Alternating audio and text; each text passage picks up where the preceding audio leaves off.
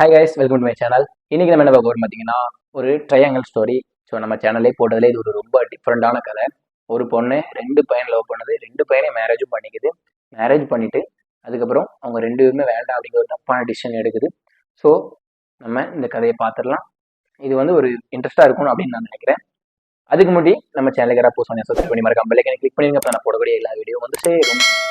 மது அப்படிங்கிற பொண்ணு சென்னையில் 1998 பிறகுறாங்க. இவங்க ஃபேமிலி பார்த்தீங்கன்னா அப்பா, அம்மா, அப்புறம் ஒரு அண்ணன் இருக்காங்க. ஒரு மிடில் கிளாஸ் ஃபேமிலி அந்த மாதிரி ஒரு ஃபேமிலியில் வந்து நம்ம மது வந்து பிறகுறாங்க. மது பார்த்தீங்கன்னா ஸ்கூலிங் எல்லாமே சென்னை தான் பண்ணுறாங்க. ஸ்கூல் வந்து படிச்சுட்டு இருக்கும்போது ஒரு 8th ஸ்டாண்டர்ட் அந்த டைமில் வந்து சூர்யா அப்படிங்கிற ஒரு பையனை வந்து அந்த பொண்ணுக்கு வந்து பிடிச்சிருது. பிடிச்ச உடனே 2 பேருமே லவ் பண்ணுறாங்க. ஏன்னா 2 பேருக்கும் பிடிச்சிருக்கு, 2 பேருமே லவ் பண்ணுறாங்க. பட் காதல் அப்படின்னா என்னன்னு கூட தெரியாத வயசு அந்த 8th ஸ்டாண்டர்ட் நினைக்கிறேன். அந்த டைமில் காதல் அப்படிங்கிறது எதுவுமே தெரியாது. ஜஸ்ட் பார்த்து பிடிச்சிருக்கும், அதோட பேசணும் தோணும். ஸோ அந்த விஷயத்தால பிடிச்சி அதுக்கப்புறம் வந்து பழக நாளே வந்து காதலாக மாறிடுச்சு.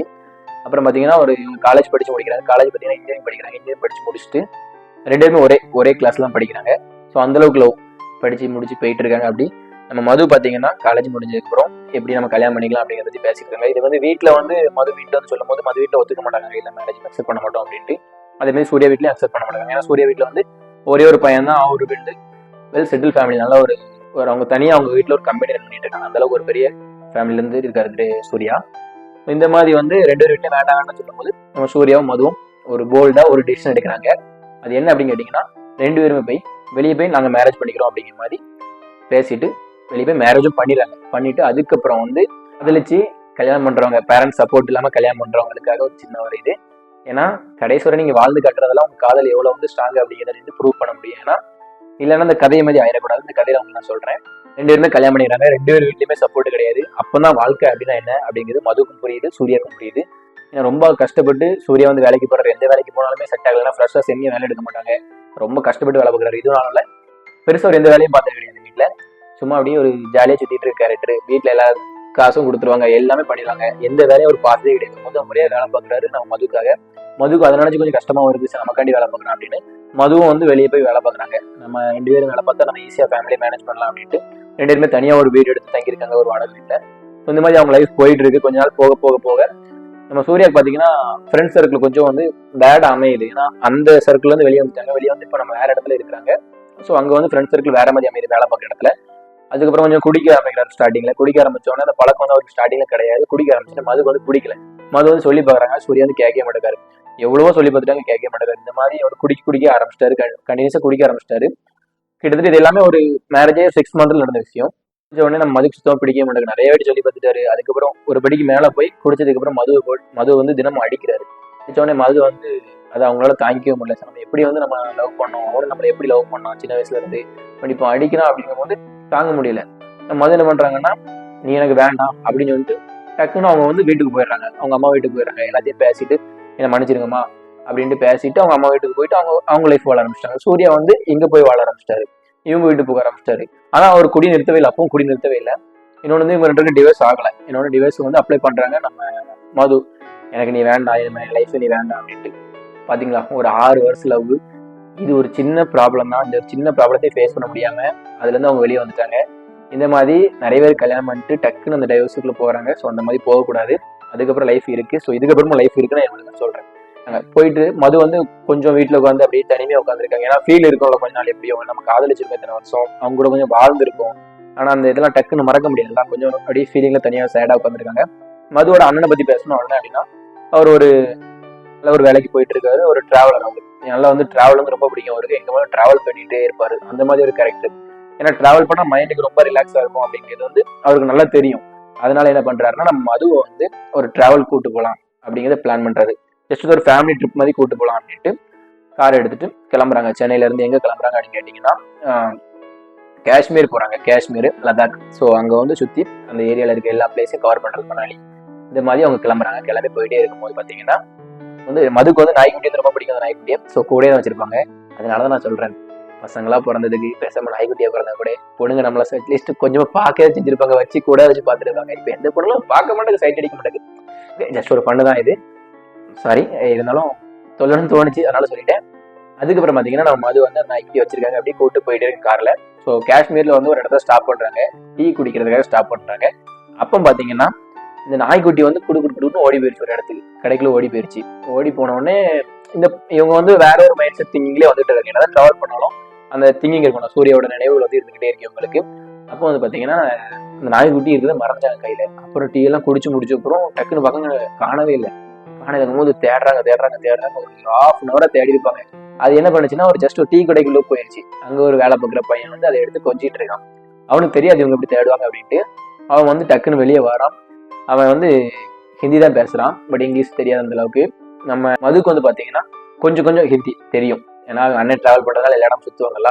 ஸோ அவங்க கிட்ட கொஞ்சம் கொஞ்சம் கத்துக்கிட்ட ஹிந்தியை வச்சு அப்படி மேனேஜ் பண்ணுவாங்க. ஸோ அப்போ வந்து டக்குனு அந்த நாய்க்குட்டியை வந்து எடுத்துட்டு தாரான். அவன் பேர் பார்த்தீங்கன்னா ரிஷி. இவனுக்கு ஒரு முக்கியமான கதை இருக்கு. இந்த கதையில முக்கியமான ஒரு கதாபாத்திரம் இவன். ஏன் அப்படி சொல்றேன்னா, ரிஷி அடுத்து இவனோட லைஃப் ஸ்டோரியில் இது வந்து மூவ் ஆகி போக போகுது. ஏன்னு நீங்க பாத்தீங்கன்னா உங்களுக்கே புரியும். அதுக்கப்புறம் அந்த நாய்க்குட்டி கொடுத்ததுக்கப்புறம் கொஞ்சம் பேசிக்கிட்டு இருக்காங்க ரெண்டு பேருமே, ஒரு கான்வர்சேஷன் ஆகுது. கொஞ்சம் பேசுறாங்க. பேசும்போது அப்படி கொஞ்சம் பேசணுன்னே அந்த இடத்தெல்லாம் சுத்தி காட்டுறதுக்காக ஒரு கைடு ரெடி பண்ணிட்டு இருக்காங்க அவனை. அப்போ பாத்தீங்கன்னா அந்த ரிஷி வந்து நானே உங்களை வந்து கைட் பண்றேன், சுத்தி காட்டுறேன், எனக்கு எல்லாமே இந்த இடத்துல தெரியும் அப்படின்ட்டு அந்த டீ கடையில் வேலை பார்க்குற பையன் தான் வந்து கூட்டு போறான். ரிஷி வந்து ஃபுல்லா சுத்தி காட்டுறதுக்காக கூட்டு போறான் அந்த லோக்கல்ல, காஷ்மீர்ல. இப்படி சுத்தி காட்டிட்டே இருக்கும்போது அவன் பேச பேச பேச நம்ம மதுக்கு என்ன தெரியல, சடனா அவன் நல்லா பிடிக்க ஆரம்பிச்சிருது. பிடிக்க ஆரம்பிச்ச உடனே அவங்களே தாண்டி ஒரு அது காதல்லாம் இல்லை எப்படின்னு சொல்ல அவங்களுக்கே தெரியல, பிடிக்க ஆரம்பிச்சிச்சு. அதுக்கப்புறம் அவங்க நல்லா பேச ஆரம்பிச்சிட்டாங்க. அப்புறம் ஃபோன் கான்டாக்ட் இந்த மாதிரிலாம் ஆக ஆரம்பிச்சிச்சு. இப்படி ஒரு 3 நாள் ஸ்டே பண்ணியிருந்தாங்க. ஸ்டே பண்ணிட்டு அதுக்கப்புறம் அந்த ட்ரிப் எல்லாம் முடிச்சுட்டு இவங்க வீட்டுக்கு வந்தாங்க. வீட்டுக்கு வந்ததுக்கு அப்புறமா நம்ம ரிஷி ஞாபகமாவே இருக்கு மதுக்கு. அப்படி டோட்டல் சூர்யாவோட ஞாபகத்துல இருந்து டக்குன்னு ரிஷியோட ஞாபகத்துக்கு போயிட்டாங்க. ரிஷி மட்டும் தான் பத்தி திங்க் பண்ணிட்டே இருக்காங்க. அவங்களோட போட்டோ எடுத்து அந்த போட்டோ பார்த்துட்டு இருக்காங்க. இப்படி வந்து பார்த்துட்டு இருக்கும் போது பண்றாங்க, ஸோ நம்ம ஏன் இன்னொரு நாள் அவனை பார்க்க கூடாது அப்படின்னு நினைக்கிறாங்க. சடனா டக்குன்னு வந்து ஃபிளைட் புக் பண்ணி உடனே அங்கே போயிடுறாங்க. போய் காஷ்மீர் போய் நம்ம ரிஷி வந்து பாக்குறாங்க. ரிஷி வந்து ஒரு ரொம்ப கஷ்டப்பட்ட பையன் தான் ரிஷி. ரிஷி வந்து பார்த்துக்கிட்டு அப்படியே அவங்களோட பேசிக்கிட்டு ஜாலியாக அப்படி இருக்காங்க. ஒரு 2 days 3 days தங்கிட்டு அப்படி வராங்க, போயிட்டு வராங்க. இப்படி வந்து நடந்துகிட்டே இருக்கு. ஒரு 6 months ஆயிடுச்சு. இப்படி அங்க வந்து சூர்யாவும் வந்து ஓரளவுக்கு திரும்பிக்கிட்டே வந்துட்டு இருக்காரு. அந்த குடி பழக்கத்துல இருந்து வெளியே வந்துகிட்டு இருக்காரு. இங்க பாத்தீங்கன்னா இங்க இப்படி ஒரு ட்ராக் ஓடிட்டு இருக்கு, காதல் ட்ராக் ஓடிட்டு இருக்கு. 2 பேரும் காதலிக்க ஆரம்பிச்சிட்டாங்க. அதுக்கப்புறம் ஒன்னா வந்து லிவிங் ரிலேஷன்ஷிப்ல இருக்க ஆரம்பிச்சிட்டாங்க ரிஷியும் மதுவும். இப்படி வந்து டோட்டல் லைஃப் வந்து ரெண்டும் சேஞ்ச் ஆகி போயிட்டு இருக்கும் போது சடனா வந்து ஒரு 1 year ஆயிருச்சு. 1 year ஆனோடனே சூர்யா வந்து நல்லாவே அந்த பழக்கம் எல்லாம் விட்டாரு. பழைய லவ் வந்து ஒரு மனசுக்குள்ள வந்துருச்சு.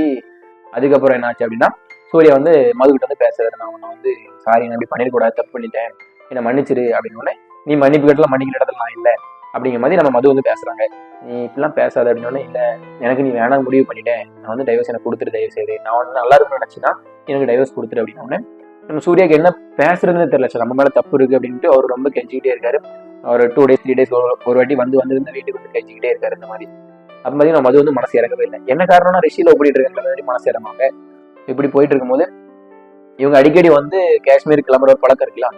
ஸோ வந்து இவங்க போறாங்க, இவங்க எங்கதான் போறாங்க அப்படிங்கிறத பார்க்கணும் அப்படின்னு நினைச்சிட்டு நம்ம சூர்யா வந்து பிளான் போட்டாரு. எங்க போறாங்க அடிக்கடி, ஏன்னா இவர் வந்து கொஞ்ச நாள் வாட்ச் பண்ணிட்டே இருக்காரு. அடிக்கடி போறாங்க, எங்க போறாங்க அப்படின்னு வாட்ச் பண்ணிட்டு பின்னாடியே போறாரு இவரும்.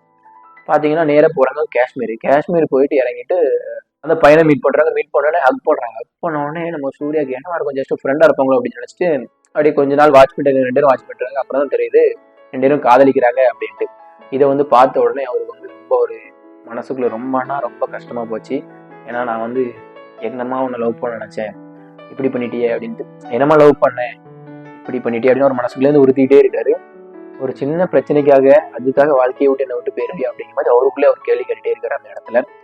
அப்புறம் பார்த்தீங்கன்னா ஒரு டைரி, ஒரு சின்னதாக ஒரு டைரி எழுதுறாரு. அங்கேயே உட்காந்து ஃபீல் பண்ணி எழுதுறாரு. என்னை வந்து என் கண் இமைக்கும் மேலாக என்னை கண்களுக்குள் வைத்து பார்த்து கொண்டேன் என் காதலியை அப்படின்னு ஸ்டார்ட் பண்ணி ஒரு லைன்ல என்ன எடுத்தாங்க. அதாவது ஸ்கூல்ல வந்து அவங்க எப்போ ஆரம்பிச்ச காதல் இருக்கு, அந்த காதல இருந்து சின்ன வயசுல ஆரம்பிச்ச காதல்ல இருந்து லாஸ்ட் வந்து சண்டை நடந்து கூட ஒன்று விடாம எழுதுறாங்க. எழுதிட்டு அப்படி ஊருக்கு வந்து அந்த மெமரிஸ் எல்லாம் கொண்டு வந்து அப்படி ஊருக்கு வந்துட்டாரு. வந்திருக்கோம் பார்த்தீங்கன்னா அப்புறம் வந்து சூர்யா வந்து பெருசாக இந்த டிஸ்டர்பன்ஸ் பண்ணல. ஒரு 1 week 2 week ஆச்சு. வந்திருக்கும் போது ஒரு நாள் சரி வேணாம் முடிவு பண்ணிட்டல, இந்த டைரி மட்டும் என்ன பார்த்தோம் உன்னை வச்சுக்கோ, உனக்கு என்னைக்காவது ஒரு நாள் ரொம்ப நீ கஷ்டத்துல இருப்ப அன்னைக்கே இந்த டைரி வந்து படிச்சு பாரு சொல்லிட்டு சூர்யா கிளம்பிட்டாரு. ஸோ இவங்களும் அப்படி இப்படின்ட்டு வீட்டில் பேசுறாங்க, ரிஷியை பற்றி பேசுறாங்க. ரிஷி வந்து எனக்கு பிடிச்சிருக்கு, நான் வந்து மேரேஜ் பண்ணி நான் நினைக்கிறேன் அப்படின்னு. வீட்லயும் சரி ஓகே இத்தனை நாள் தான் இப்படி வந்து தனியாகவே இருக்க போறேன் அப்படின்னு வீட்டில் அக்செப்ட் பண்ணிட்டாங்க. அவங்க வந்து அங்கேயே மேரேஜ் பண்ணிட்டு அங்கேயே இருக்காங்க. ஒரு சின்னதாக வீடு எடுத்து அங்கே போய் ரெண்ட் எடுத்து அங்கே காஷ்மீர்ல இருக்கிறாங்க. அவங்க ஒரு வேலை பார்த்துக்கிட்டு அந்த பையனை இவங்க பார்த்துட்டு இருக்காங்க. ஏன்னா அந்த பையன் கொஞ்சம் வயசு கம்மியான பையன், இவங்களுக்கு கொஞ்சம் வயசு ஜாஸ்தி. பட் அந்த பையன் அவ்வளோக்குள்ள மெச்சூர்டு இல்லை, பட் இவங்களுக்கு ரொம்ப மெச்சூர்டு. அதனால வந்து வேலையும் பார்த்துக்கிட்டு அந்த பையனையும் பார்த்துக்கிட்டு அப்படியே உங்க லைஃப் நல்லா ஒரு ஸ்மூத்தாக போயிட்டு இருக்கு. அவனும் வேலைக்கு போயிட்டு இருக்கா, நல்லா போயிட்டு இருக்கு. அதுக்கப்புறம் கொஞ்ச நாள் ஆச்சு, ஒரு 2 months ஆச்சு. 2 monthsக்கு அப்புறம் பார்த்தீங்கன்னா இவன் சூர்யாவுக்கு ஒருபடி மேலே. ஏன் அப்படின்னா இவன் வந்து கஞ்சா அடிக்கிற ஆளு. இந்த பொண்ணுக்கு வந்து அது தெரியாது. கஞ்சா அடிச்சுட்டு ரொம்ப வந்து நம்ம டார்ச்சர் பண்றாரு, பிசிக்கலாக டார்ச்சர் பண்றாரு, ரொம்ப கொடுமைப்படுத்துறாரு. சூர்யா கூட இப்படி கொடுமைப்படுத்துறது கிடையாது, ரிஷி வந்து ரொம்ப கொடுமைப்படுத்துறாரு தாங்கிக்கவே முடியல. ஆனா என்ன பண்றேன், இங்க வந்து நம்ம இப்போ வீட்டில் போய் பேசினா இது நமக்கு ரொம்ப பெரிய கேவலம். ஏன்னா வீட்டில் அம்மாவும் நம்மள என்ன நினைப்பாங்க, எப்படியும் அப்போ ஒருத்தன் லவ் பண்றேன், நான் அப்போ நம்ம அக்செப்ட் பண்ணோம், இப்போ ஒருத்தர் லவ் பண்றாங்க, இப்போ இவனுக்கு பிடிக்கல அப்படின்னு நினைச்சா நம்ம வீட்டில் என்ன நினைப்பாங்க அப்படின்னு சொல்லி நம்ம வந்து இது வந்து வெளியே சொல்ல முடியல. அவங்க ரொம்ப கஷ்டப்பட்டுட்டே இருக்காங்க. அப்போதான் ஒரு நாள் சூர்யாவோட ஞாபகம் வருது. வரும்போது டக்குன்னு அவன் டைரி எடுத்து படிக்கிறாங்க. படிக்கவும் பார்த்தீங்கன்னா ஆரம்பத்தில் அவங்க லவ் பண்ண காலத்துல இருந்து எழுதின எல்லா மெமரிஸும், ஒரு ஸ்வீட் மெமரிஸ் எல்லாத்தையுமே எழுதி வச்சிருக்காரு. அந்த சண்டை போட்டு எழுதி வச்சிருக்காரு. ஆனா இதெல்லாம் படிச்ச உடனே டக்குன்னு சூர்யாவை பத்தி அப்பதான் திங்க் பண்றாங்க. நம்ம எவ்வளவு பெரிய வாழ்க்கையில தப்பு பண்ணிட்டோம் அப்படின்ட்டு சூர்யா பத்தி திங்க் பண்ணிட்டு ரொம்ப ஃபீல் பண்ணி அழுறாங்க. ஆனால் லாஸ்ட் ஒரு வார்த்தை எழுதியிருக்காரு சூர்யா, எப்பவும் என்னை தேடி வரலாம், நான் உனக்காக காத்துக்கிட்டு இருப்பேன், அது நீ எந்த நிலைமையில இருந்தாலும் அப்படிங்கிறது எழுதிச்சிருக்காரு. என்ன ரீசன்னா ரிஷியை பத்தி ஆல்ரெடி ஒரு விசாரிச்சு தெரிஞ்சுக்கிட்டாரு, ரிஷி இப்படிதான் அப்படிங்கிறது தெரிஞ்சுக்கிட்டாரு. அதனால அந்த ஒரு வார்த்தை கீழே எழுதிச்சிருக்காரு, நீ எப்போ எந்த நேரத்துல வேணாலும் என்ன தேடி வரலாம், நான் உனக்காக இருப்பேன் அப்படின்ட்டு எழுதிச்சிருக்காரு.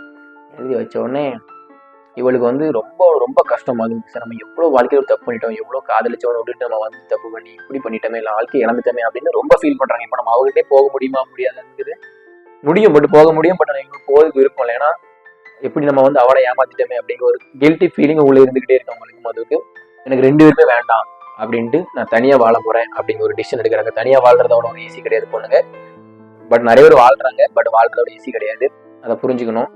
அதுக்கப்புறம் அப்படி கொஞ்ச நாள் அவங்க லைஃப் போயிட்டு இருக்கு. ஸோ இதோட இந்த கதை முடியுதுங்க.